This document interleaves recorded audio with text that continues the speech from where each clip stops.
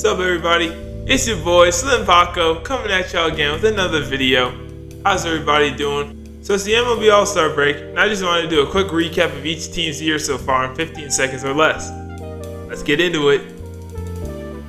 How about second place in the NOS and an up-and-coming superstar in Corbin Carroll? All the D-backs need to do is keep it up, and this nice little surprise season should ride them deep into the playoffs. Just gotta keep pace with the Dodgers and stave off the Giants. Best team in the majors, with Ronald Acuna playing an MVP status and a pitching staff that would make the 90s team jealous. The Braves are rolling and the only team in the league with 60 wins right now. 8 All-Stars also give them the best overall roster, with Max Fried set to return from injury after the break. Keep it up, and this could be a pretty special season in the A. Okay, who expected this? Adley Rutschman is a man among boys, and Gunnar Henderson is the Starsky to his Hutch. And them two have the Orioles at second in the AL East, which is playing perfectly into the plans that Baltimore management have had in place for the last few seasons. If those two can keep it up with some help from their teammates, a playoff appearance may just be the tip of the iceberg for the orange and black. Though they started off the season slowly, the Red Sox have rebounded and are competitive in a tough division. However, they could use some better pitching, especially out of Tanner House, down the stretch if they want to make a run for the playoffs.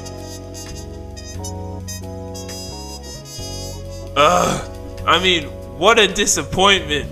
Yeah, they play in a terrible division, but I really thought the White Sox would be better this year. Tim Anderson really took a step back and isn't helping anything at all for this team. Might as well call it a year now. How do you spell mid? C-U-B-S, Cubs.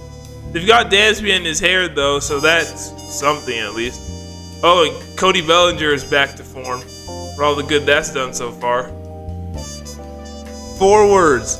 Elly de la Cruz. He's completely revitalized the Reds and made them serious contenders in the National League, but the Reds also have a solid pitching core anchored by Hunter Green and Andrew Abbott. Definitely a team to watch going into the second half. That rename catching on yet, Cleveland fans? Besides that, they currently sit tops in the most mid division in baseball with the most mid record at 45-45. But the fighting Franconas keep fighting on to a first round playoff exit probably. They haven't won a series since June 12th, and their best player, Chris Bryant, can't stay healthy to save his life.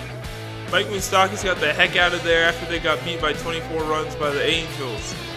Yeah, not much joy in the Mile High City. Javi Baez is doing better, and they're not last in the AL Central. In baseball, anything's possible after all. I think if they could add another bat alongside Baez and Riley Green, they could challenge for the division? Jeez, am I insane? And they just drafted Max Clark? Tigers up next? The cheaters are cheating again. They've gotta be. They're still second in the AL West even with Altuve on the injury list. But Jeremy Pena, Alex Bregman, and Yordan Alvarez are doing enough to carry the load. Nothing new in the heart of Texas. Next. Mike Trout and Shohei Ohtani. Probably the 2 best players in the game right now, and their team is finally doing stuff to help them out. Even though they're 4th in the AL West right now, they're only 5 games out of a wildcard spot with plenty of season left. Maybe this will finally be the year Trout and Ohtani get a taste of October baseball. They recently took back first place in the NL West from the D-backs, and Mookie Betts and Freddie Freeman are doing their thing at the dish. Clayton Kershaw has also had a resurgence, leading the club with 10 wins and a 2.55 ERA. The Dodgers playing good baseball. It's right up there with death and taxes. Miami is far and away the most surprising team of the season, but they probably shouldn't be. Jazz Chisholm and Luis Arraez have been consistent in the league for a while now, and Sandy Alcantara won the NL Cy Young last year by a landslide. The Marlins have been a breeding ground for great talent going back at least the last 7 years, but now they're finally putting it together to a competent team that wins. Probably the biggest disappointment in the National League, the Brew Crew got off to a very, very slow start and are just now turning on the gas. Can they catch the Reds though? If Christian Yelich has anything to say about it, they're going to put up a whale of a fight. Remember the Carlos Correa drama in the offseason? All that back and forth? Yeah, I think that perfectly describes the Twins up to this point as well. Who knows what they're going to look like from day to day? And I think their 45 and 46 record answers that question. Consistency is the name of the game when it comes to the Bronx Bombers, and that's something they haven't had much of this year. Doesn't help that Aaron Judge is injured right now, but they're still third in the American League when it comes to home runs, so the power hasn't been turned off in the city that never sleeps. Let's see if they can keep the juice flowing into the second half. Throw it again, right, Pete?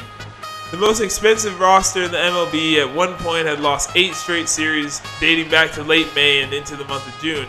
And manager Buck Showalter and owner Steve Cohen have come under major fire for not finding a winning combination. All I have to say is, Mets are gonna Met, baby. One word for y'all: Vegas. It seems like the writing is on the wall now for the Athletics' time in Oakland, so the fans might as well enjoy all they can from the green and gold, even if most of it is barely watchable. The reigning NL champs are streaky. They've been on multiple 5-game win streaks and 5-game losing streaks. To be honest, they look a little bit similar to how they did last year before getting hot in the playoffs. Don't let Bryce Harper and his boys get going, or it could be back-to-back pennants in the city of brotherly love. After a blazing hot start, the Pirates have come back down to earth just like everyone and their mama knew they would. A lot of blame can be placed on their hitting. They don't have a single player batting over 300 or even close to that. And the highest OPS on the team is Jack Sawinski at 875. And now there are rumors that they might move Andrew McCutchen? Yeah, I'm not really sure what's going on with the Bucks right now. I don't think anybody knows. Remember when I said the Brewers were the biggest disappointment in the NL? Nah, that title actually belongs to the Padres. A super team on paper, the Friars haven't won more than 3 games in a row all season and were recently swept by the Pittsburgh Pirates. Tough scene. Screw Tatis. How are they good again? The Giants in odd number of years, I swear. They're third in the NL West right now, but they'd be a wildcard team if the playoffs started today, mostly thanks to the solid pitching of Logan Webb. Breaking their postseason drought last year was great, but Seattle is obviously thirsty for more. Unfortunately, their play as of late hasn't matched the desire. They currently sit 45 and 46, but have won 6 of their last 8 and will start a series with Detroit following the break. Let's see if they can ride this momentum into another playoff run. Last place in their division and one of the worst teams in the MLB is never a place you expect to see St. Louis, but welcome to 2023. Apart from Nolan Arenado, the Redbirds have been straight garbage at the plate, and Adam Wainwright should have retired last year with Pujols and Molina. He's going out sad. I think it's time for a fire sale at Busch Gardens, and everything must go. The consensus second best team in the MLB, and by far the best team in the American League, the Rays are killing it at the plate, on the mound, and in the field. The team leads the AL in home runs and is second and third in RBI and batting average. The pitching staff led by Tyler Glasnow has the best ERA and the second fewest hits allowed. Plus 58 wins? Incredible. The Rays are for real. The Rangers are definitely the surprise AL team of the year. They had a pretty good roster last year as well, but injuries derailed what could have been. This season, yes, they lost Jacob deGrom, but Marcus Semien, Corn Seager, and Nathaniel Lowe have more than taken up the slack to offset the loss of pitching depth. I wouldn't be surprised if the Rangers and Astros are facing off in a Texas AL championship. Toronto has been a bit of a mystery this year. Dealing with the fall-off of Alex Manoah has obviously had an effect on the pitching staff, but they still have a solid roster across the board, especially with Vladdy and Bo Bichette. Toronto's defense is also one of the best in the MLB, coming in at 4th best across the majors. To be honest, sometimes I forget this team still exists. Since their improbable World Series victory back in 2019, they've done absolutely nothing, and this season is no different. Not sure how much longer Davey Martinez has as the head skipper for this club, but I doubt he'll make it to the end of the year. At least they have the 10th best farm system in the league. Gotta count for something, right? Well, that's the video. Thanks everybody for tuning in. So I would like to know how y'all think the rest of the season is going to play out. You guys can let me know in the comment section down below. As for me, here's how I think it's going to look.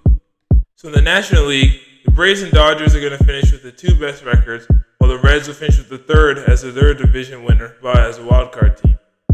The Brewers, Marlins, and Diamondbacks will also be wildcard teams. On the American League, it'll be the Rays and Astros with the two best records. The Tigers, I think, will catch the Guardians and win the AL Central. And the three wildcard teams will be the Orioles, Rangers, and Blue Jays.